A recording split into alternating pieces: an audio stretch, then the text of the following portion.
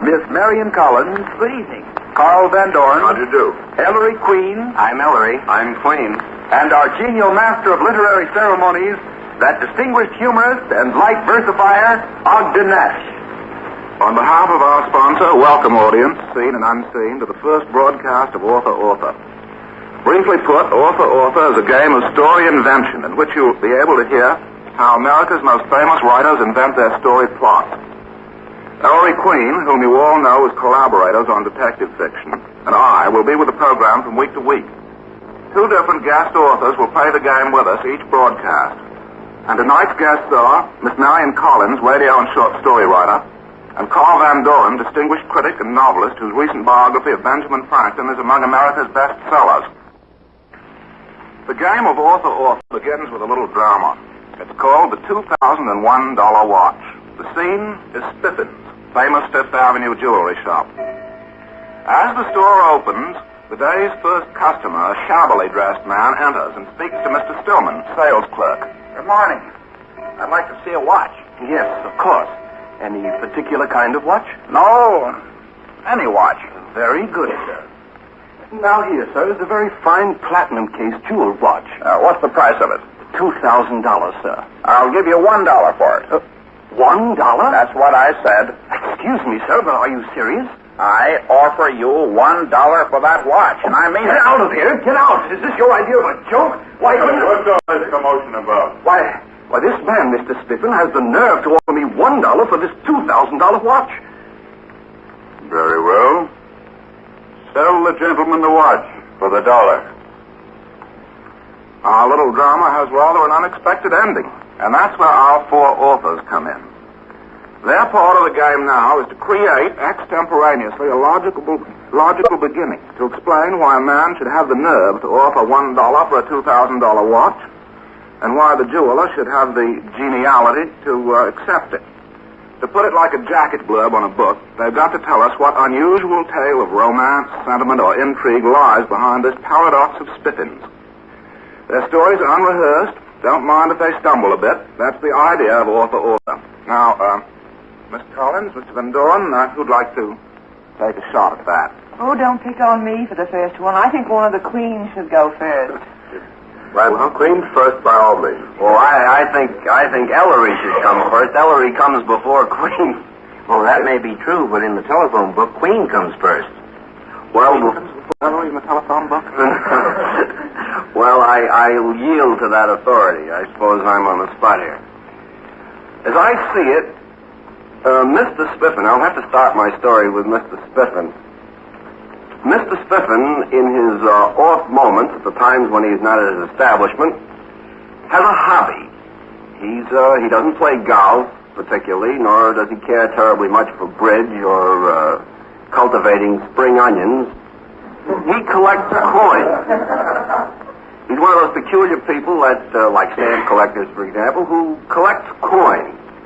Now, he has developed a tremendous collection over the period of many years. Matter of fact, it's probably one of the greatest collections of rare coins in the world. Very expensive collection. And one thing has always been the bane of Mr. Spiffin's existence. He hasn't been able to get hold of a certain very rare coin. It's a $1 coin of American extraction. It's worth $5,000. He's been willing to pay almost any price for it, but he hasn't been able to find one. Well, now, when Mr. Spiffin came out to see what the commotion was about, he noticed that the dollar which the shabbily dressed man was offering to Mr. Stillman, the clerk, was not a bill, but a coin. And what was it but this very coin? Well, of course, he was going to...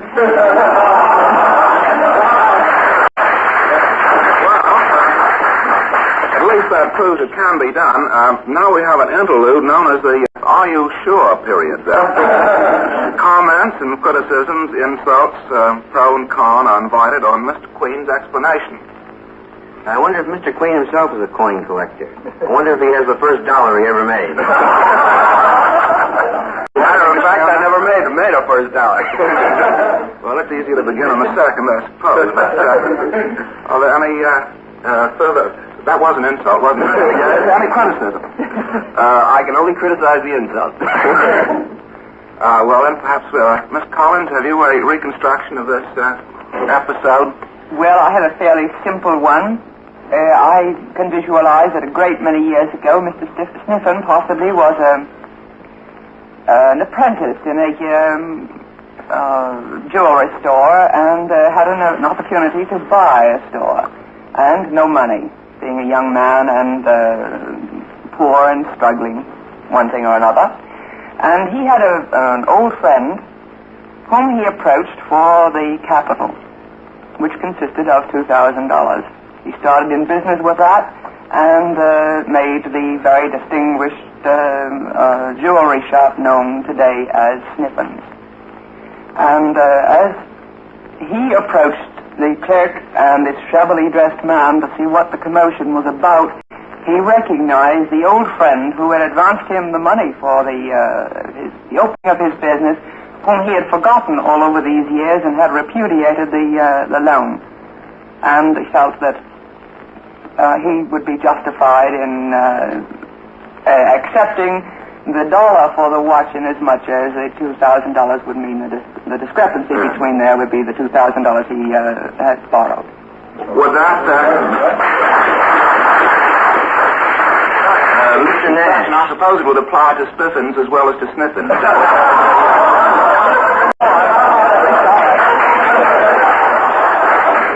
Mr. Nash, yes, Mr. Ellery. I'd like to quarrel with the ethics of Mr. Sniffen or Sniffen as he Let's compromise on Sniffen, shall we? He owed this man $2,000 for a long time, but that watch didn't cost him $2,000. I've been wondering about that. At best, it cost him $1,000. He rather got out of it easily, didn't he? Well, I think the government's doing the same thing these days. I think the man was just having his conscience fun. Personally, I think the man was very lucky to get the watch. Mr. Van Doren, would you like to take a try at this? Well, I shall have to bring in the deep tragic note. I figure that Mr. Spiffen lived in Mahwah, New Jersey. And 3 days before, his only heir had been kidnapped. Since that time, he had been getting a daily letter. He always found it lying on the sidewalk when he left his house. The first day it said, "Watch the shabby customer." And the second day it mysteriously said, $2,000. And the third day it had said nothing at all. He was very much embarrassed. Now, he was actually hanging around in the store all the time because he watched every customer that came in. But when this customer came in, and when he offered $1 for the $2,000 watch, Mr. Spiffen, listening for a while, became convinced that this was a shabby customer. This was the $2,000. And the way for him to communicate his willingness to pay whatever ransom or to deal with the kidnappers was to give in now and say that he would take $1 for the $2,000 watch.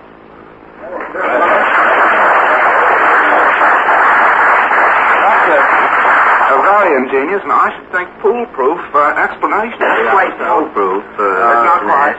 I yield to you, Mr. Queen. Well, I was just about to say before you were going to put your annoying voice into the microphone because, I mean, you and I never... I didn't give a story. You shouldn't heckle me. Well, I was just about to say that we ought to look to our laurels. Mr. Van Doren, who's never, to my knowledge, done a detective story, has just reconstructed one very dutifully. And in a minute and a half. Yes. But you forget that I have read all the Queen's detective stories. Thank you. Oh, very nice. Well, I had something to say, Mr. Nash. Mr. Van Doren spoke of the third note as saying nothing at all. How did he know it was a third note if it said nothing at all? An invisible ink, mightn't it? I meant to say the third day he'd got no note at all. Well, I think you got out of that very neatly, sir. Mr. Ellery, well, I wonder if there is a fourth solution anywhere. I visualize Mr. Spiffen as having a friend who was very fond of making ridiculous bets. The previous night, after a game of chess in Mr. Spiffen's home, his friend suggested a bet, something along these lines. He bet Mr. Spiffen $2,000 that the next morning he wouldn't okay the very first transaction that would take place in the Spiffen jewelry store. Mr. Spiffen, to humor his friend, agreed to accept the bet, and early the next morning, The friend hired the shabby man for a few dollars to go in and offer $1 for a $2,000 watch. Now, Mr. Spiffin found himself in a rather peculiar position. If he refused to sell the $2,000 watch for $1, he would have to pay the $2,000 bet to his friend, and therefore be out $2,000. However, if he accepted the $1 for the $2,000 watch, he would not have to pay the $2,000, and would actually be $1 ahead on the transaction. And I haven't brought in sales tax because that might make it complicated. Well, I think he could have had it sent out of the state, couldn't he, to avoid the sales tax? You picked me up on the wholesale business. Yes, I know. About the original price of that watch. And now, to continue author with another story problem. The extraordinary bequest. Scene, a lawyer's office. Mr. Chalmers, the attorney, is reading a will to John Sutton. Item, to my friend John Sutton, I, William Black, give and bequeath my entire estate, or the envelope herewith attached to my last will and testament. What's that? His entire estate or an envelope? Yes, that's right.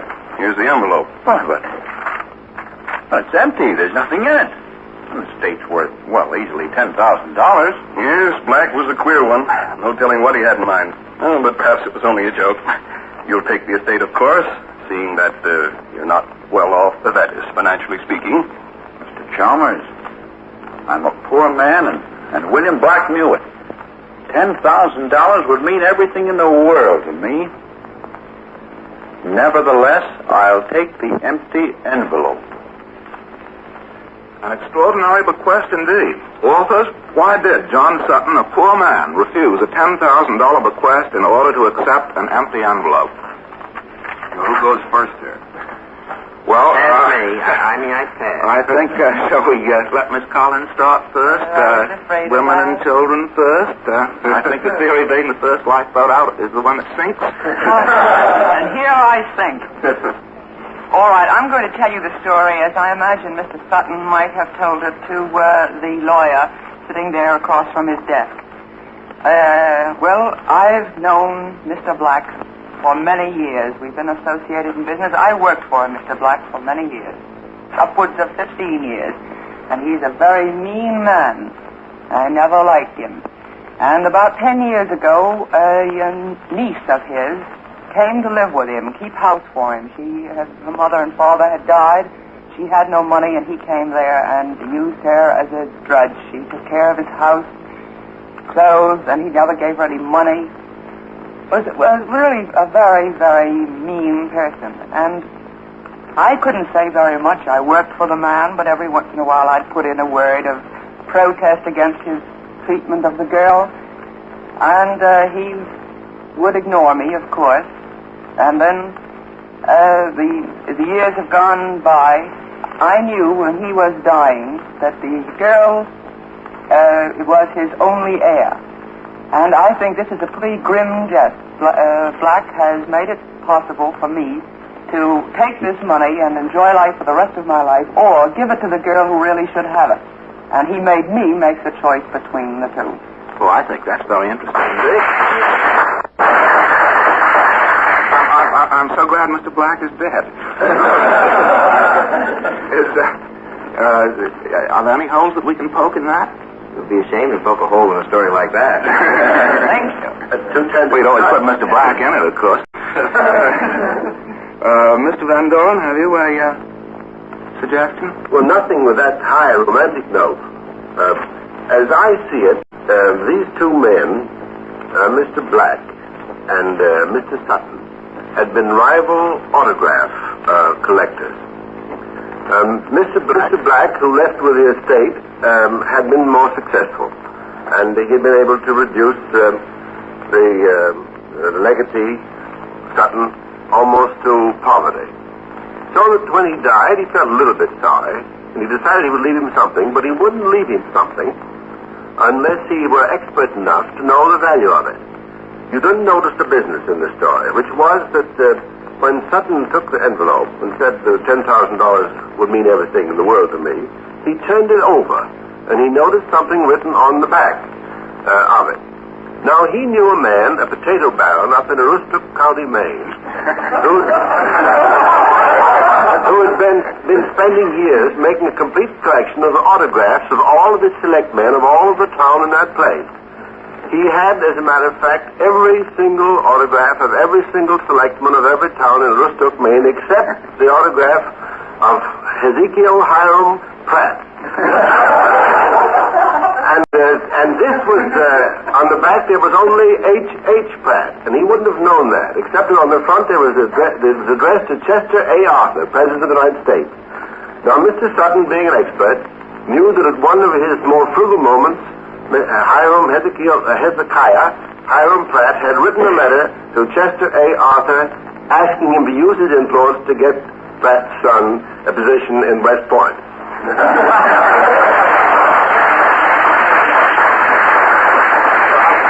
I think that throws a very interesting light on the life of Chester A. Arthur. It's amazing that Mr. Van Doren didn't use an autograph of Benjamin Franklin. Yes. Well, I think it was very self-effacing of him when they...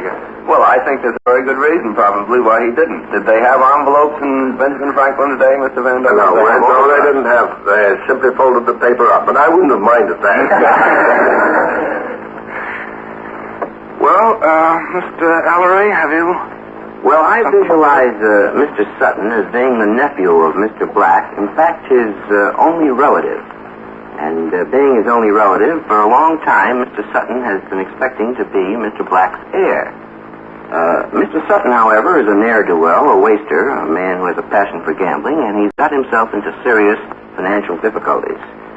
Of course, he could wait for Mr. Black to die a normal death, but he decided that if he could speed things up, it would help his own particular position. So he invented a rather clever ruse to help to speed up that legacy. You see, Mr. Black made his modest fortune in the stationery business. He manufactured envelopes and letter paper and so on. And one day, pretending to turn over a new leaf, Mr. Sutton came to his uncle, Mr. Black, and said that he had just made a remarkable discovery. He had invented a glue that didn't taste like glue, in fact, could be flavored. And if put on the backs of envelopes, people could get mince-flavored cracks, clove-flavored cracks, and so on. So he sent as a sample to Mr. Black one in Mr. Black's own particular, his favorite flavor, pistachio. Now, Mr. Black used to spend his weekends in a hunting shack in the woods, all alone with no telephone. And one weekend, as he was trying his nephew's envelope, he realized to his horror that the flat wasn't pistachio flavored, but was coated with nicotine. And, of course, he was poisoned. And in leaving, in the few minutes before he died, he left instructions to Mr. Chalmers, the lawyer, to let Mr. Sutton take either the estate or the envelope, which represented the only evidence against the nephew that he was involved in Mr. Black's death.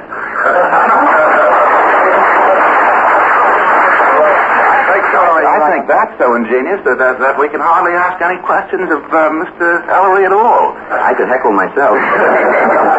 Well, don't write me any letters. That takes care of our author's part in the game of author. There's also excuse me, haven't I been left out? Oh, I beg your pardon. Oh, that's probably all right. I'm perfectly willing to be left out. No. I'd hardly call it a minor oversight. No. It's quite right. I'd like to hear your approach to this. Well, as a matter of fact, it's hardly good enough to be dignified by an approach. I merely visualized John Sutton as a pacifist. Now, you might ask what pacifism has to do with the rejection of a $10,000 bequest, the acceptance of an empty envelope. Well, he recognized the fact that on this envelope was written in invisible ink the formula, I forgot to tell you, incidentally, that John Sutton was a chemist, the formula of a new and powerful poison gas which would decimate, I won't use the word decimate, Mr. Van Doren, that's a bad word, which would depopulate the world. And now he had a tough decision to make. If he took the envelope, he would, of course, take it merely for one purpose, to destroy it, because he was a pacifist. He didn't want to see a new weapon like this given to the world. On the other hand, if he left the envelope and took the $10,000 bequest, he would be leaving that thing to the world, and so, being the true idealist, he simply refused the $10,000 and took the envelope. idea. I'm glad you didn't use that detonate. That means only 1 out of 10. I recognize that. Well, we're doing better than that nowadays, I think. Well, that seems to take care of our author's part in the game of author-author. There's also a very interesting and profitable part which our audience is invited to play, and here's Mr. Lawrence to tell you about it. Ladies and gentlemen, the 2-story problems we gave our authors tonight, we made up. But we'd like you, our audience, to make up the ones we use next week and every week thereafter for cash prizes. Send your story problem, as many as you wish. Each problem should consist merely of the surprise ending of a story, along the lines of what you heard tonight. Now, don't dramatize your story. We'll do that. All you have to do is write in a short paragraph, in as few words as you wish, the surprise ending of a story. You don't have to figure out the beginning. That's the job of our authors. Make the endings of your story problem as hard to explain as you can. Each one accepted by us and used on this program will receive $25. And here's what we'll do with the story. We'll give it to our authors and have them create the beginning right here in the studio. So come on now, listeners. Here's your chance to win $25 or more and put America's most famous authors to the test. There are no strings attached to this offer. Anyone can enter. Send us as many story problems as you wish. Send them to Author, care of the B.F. Goodrich Rubber Company, Akron, Ohio. Just a moment, Mr. Lawrence. Yes? We're not finished yet. We'd like to have a friendly little chat with Mr. Nash. Yes, Ellery, what is it? Well, you've been having a fine time listening to us struggle with inventing story plots, and I mean struggle. I've never seen so many distinguished people quite so uncomfortable. All right, Mr. Nash, let's see how good you are at inventing stories. Oh, Miss no. Collins, Mr. Van Dorn, Queen, and I will give you a story problem. Let's hear you some. Nothing was said about that when I came here. And Mr. Nash, the audience will do the heckling this time. They'll let you know what they think of your story. How about it, audience? Right. No excuses now. Here we go. A centipede. A spot. An airplane. The London Zoo. Oh, dear. Let's see. Centipede, a spot. Well, there it is, Mr. Nash. Make a story out of that. I do not like the centipede. A bug we do not really need. You always whack him where he's not. For if he is, he leaves a spot. Mr. Nash. Where's the airplane? Ellery. How about my zoo? Floyd was in the zoo, and we take the airplane to get out of this spot. I'm glad to be out of that. Good night. Good night. Listen in this same time next week for more fun with the authors. Ellery Queen will be with us. Carl Van Dorn probably be here, and Ogden Nash will be our genial master of literary ceremonies. Our guest authors will be Fanny Hurst and John Erskine. And don't forget to send your story problems to Author, care of the B.F. Goodrich Rubber Company, Akron, Ohio. Each one selected and used on this program will receive $25, and the name of the person submitting it will be mentioned. Naturally, no story problems can be returned, and all submissions, whether used or not, become the property of the B.F. Goodrich Rubber Company. You'll know you're in for another fiction fun fest when you hear them call for Author!